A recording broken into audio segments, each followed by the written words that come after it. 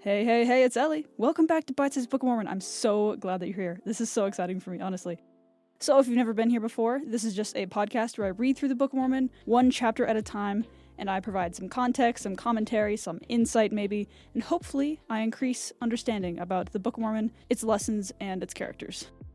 So if you remember last week, Lehi sent his sons Nephi, Laman, Lemuel, and Sam back into Jerusalem to go get the breastplate. So if you remember, they're already in the wilderness, already camping in tents, and he sent his sons back to go get some important records from a person named Laban in Jerusalem. They tried twice with two different tactics. They both failed and almost got killed. And so Laman and Lemuel get very angry at Nephi and Sam because they're kind of righteous. They're kind of following spirit, and Laman and Lemuel don't like that. And so they yell at them. Laman and Lemuel beat them with a stick. And then at the very end of the chapter, a literal angel appears and is like, guys, stop it. You can do this. God has made a way that you can fulfill his commandment of getting the plates. Like, this is possible. And then right after the angel leaves, Laman and Lemuel are like, but can we? And I just think that is so absurd. You saw an angel of the Lord who just validated to you that this plan is going to work, that you were going to be able to get the plates some way, somehow. And then you just go, but really? So anyways, that is where we're starting. And yeah, I think without any further ado, let's get reading 1 Nephi chapter 4. And it came to pass that I spake unto my brethren, saying, Let us go up again unto Jerusalem, and let us be faithful in keeping the commandments of the Lord. For behold, he is mightier than all the earth. Then why not mightier than Laban and his 50, yea, or even than his tens of thousands? Therefore let us go up, let us be strong like unto Moses. For he truly spake unto the waters of the Red Sea, and they divided hither and thither. And our fathers came through, out of captivity, on dry ground, and the armies of Pharaoh did follow, and were drowned in the waters of the Red Sea. So that's another thing about the Book of Mormon that I think is cool, because you can tell Nephi has been reading his scriptures. Nephi was taught the same scripture stories that we are taught thousands of years later. And I just think that's something super cool that kind of connects us to this story and to this scripture, is because these people were taught the same stories that we were taught. Because as I briefly mentioned before, the brass plates that they're trying to get right now contains the 5 books of Moses, because this is 600 BC. So this is after Moses. And it's interesting because we take the Book of Mormon and we apply it to our own lives, and we take inspiration and lessons from it. And Nephi is taking the stories of Moses and applying them to his life and taking inspiration from him. And so this is like inspirationception right here. This is crazy. Anyways. Now behold, ye know that this is true, and ye also know that an angel hath spoken unto you, wherefore can ye doubt? Let us go up, the Lord is able to deliver us, even as our fathers, and to destroy Laban, even as the Egyptians. Now when I had spoken these words, they were yet wroth, and did still continue to murmur, nevertheless they did follow me up until we came without the walls of Jerusalem. And it was by night, and I caused that they should hide themselves without the walls. And after they had hid themselves, I, Nephi, crept into the city, and went forth towards the house of Laban. And I was led by the Spirit, not knowing beforehand the things which I should do. That verse 6, being led by the Spirit, is such a powerful verse to me. And it's actually a very famous one because it's so cool. And I think that it teaches us a lesson of just trusting in God, almost blindly, because he's just trusting and believing that the Spirit will guide him and that God has a plan for him. And I think that level of trust in God is something that we can definitely apply to our lives, and I'm actively working on applying it to my life. And obviously it's not easy to blindly trust something in the face of such high stakes, because Nephi here is facing death if the Spirit doesn't guide him correctly. Yet he is just deeply faithful and deeply trusting of God, and that is so powerful to me, and it's so inspiring because I'm trying to do that in my own life. And it's not easy, obviously, it's hard. But I think reading these scriptures can give us a little bit of inspiration and a little bit of guidance on how to do that. So yeah, Nephi is very inspiring, as if you didn't already know that. Nevertheless, I went forth, and as I came near unto the house of Laban, I beheld a man, and he had fallen to the earth before me, for he was drunken with wine. And when I came to him, I found that it was Laban. And I beheld his sword, and I drew it forth from the sheath thereof, and the hilt thereof was of pure gold, and the workmanship thereof was exceedingly fine. And I saw that the blade thereof was of the most precious steel. And it came to pass that I was constrained by the Spirit that I should kill Laban. But I said in my heart, Never at any time have I shed the blood of man, and I shrunk, and would that I might not slay him. And the Spirit said unto me again, Behold, the Lord hath delivered him into thy hands, yea, and I also knew that he had sought to take away mine own life, yea, and he would not hearken unto the commandments of the Lord, and he had also taken away our property.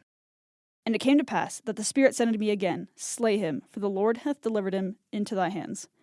Behold, the Lord slayeth the wicked to bring forth his righteous purposes. It is better that one man should perish than that a nation should dwindle and perish in unbelief. So that verse there, that sentence, talking about a nation dwindling in unbelief, that kind of reveals the true stakes of this.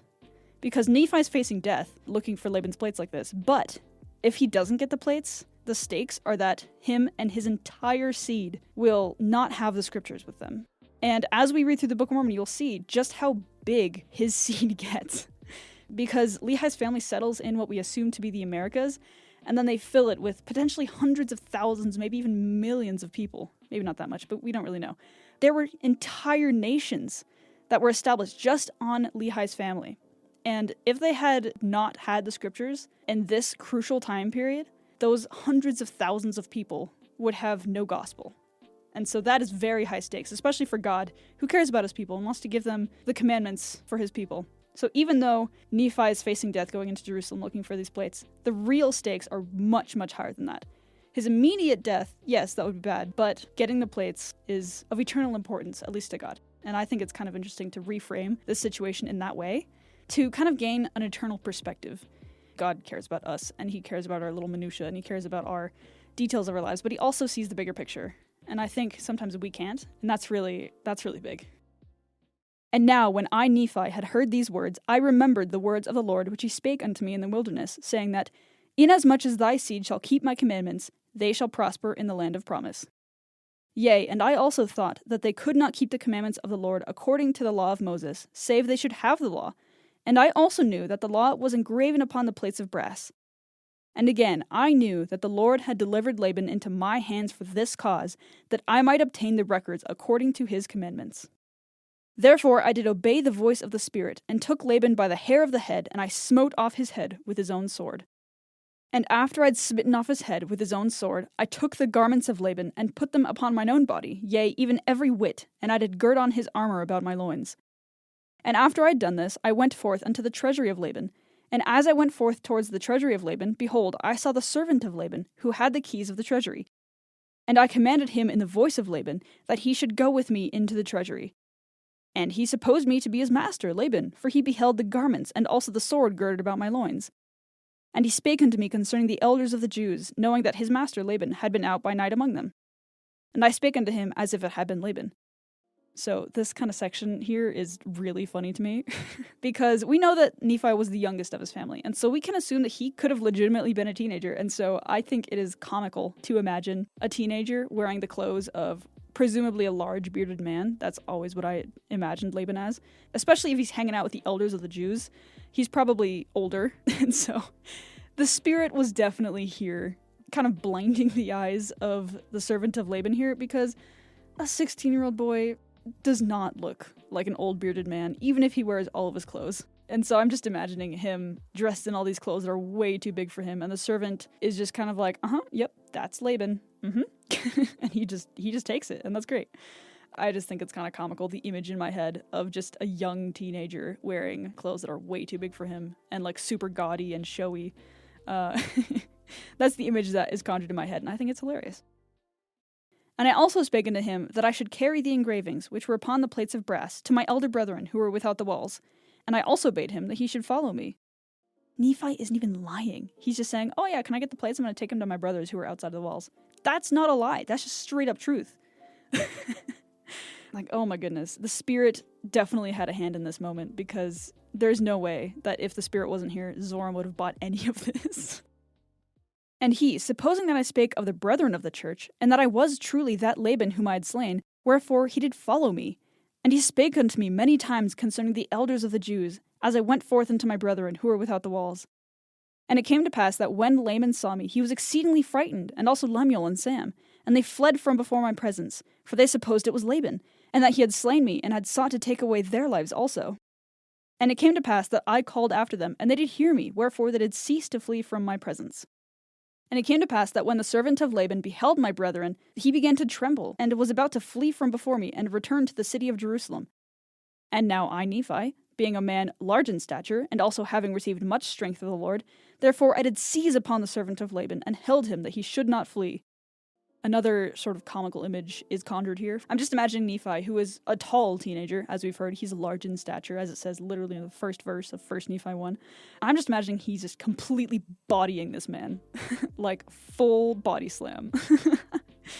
And, I mean, we don't know how big Zoram is. It is said that Nephi did get strength from the Lord, and so maybe he needed it. Maybe Zoram was also a big dude. But either way, I think it's kind of hilarious to imagine this teenager, again, in these robes that are probably way too big for him, just completely body slamming this poor servant. And it came to pass that I spake with him, that if he would hearken unto my words, as the Lord liveth, and as I live, even so that if he would hearken unto our words, we would spare his life. And I spake unto him, even with an oath, that he need not fear, that he should be a free man like unto us, if he would go down in the wilderness with us. And I also spake unto him, saying, Surely the Lord hath commanded us to do this thing, and shall we not be diligent in keeping the commandments of the Lord?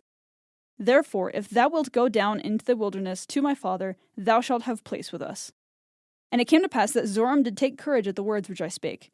Now Zoram was the name of the servant, and he promised that he would go down into the wilderness unto our father. Yea, and he also made an oath unto us, that he would tarry with us from that time forth. I mean, to be real though, did Zoram have a choice? I'm not saying he made the wrong choice. I'm sure being with Nephi and his family was a great time. He was being, held still by this large teenage boy whom he thought was his master for a brief moment. And this said teenage boy is whispering into his ear saying, hey, if you listen to us, then I will let you free and I'll let you live. You better come with us, though. Oh, man. I like to imagine that Zoram was like, yeah, no, I'll come with you.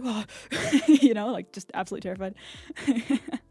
Yeah, this chapter is a little bit funny to me, as I'm sure you've noticed. Now we were desirous that he should tarry with us for this cause, that the Jews might not know concerning our flight into the wilderness, lest they should pursue us and destroy us.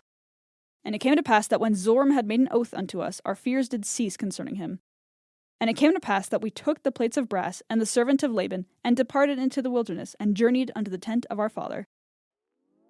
And that's 1 Nephi 4. And I just imagine that Nephi and his siblings come back to their camp, and they're like, hey, Dad, we got the plates, and also an extra friend. Yay! And Lehi's like, oh, where'd you get him from? But yeah, this is a very powerful chapter to me, not only because it's just a little bit funny, but also just because Nephi shows just so much blind faith in the Spirit, because he's like, I'm going to follow the Spirit, and I don't know what's going to happen, but I know that I'll be successful. One, because he has the Spirit with him, and two, because the angel from last chapter literally told him that this would work, and he is trusting that, and I think that is so powerful, and so difficult to do. It's a very difficult principle to apply in our lives, because that level of trust is scary. It's really scary. But I know that with practice we can get better at it, and so that's something really cool that we can learn from this.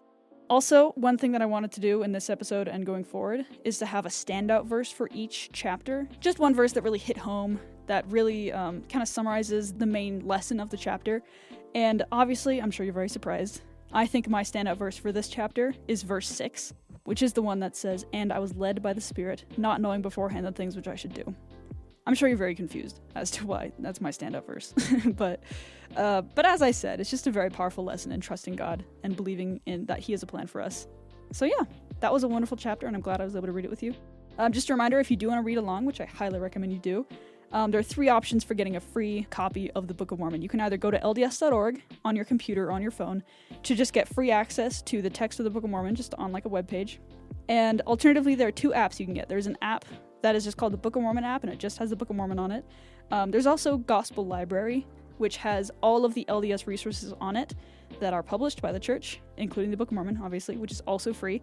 And so those are all options that you can have, if you don't already have a copy, to read along with me. And I hope that you stick around on this journey with me. So thank you so much for being here, and thank you so much for listening to me talk your ear off.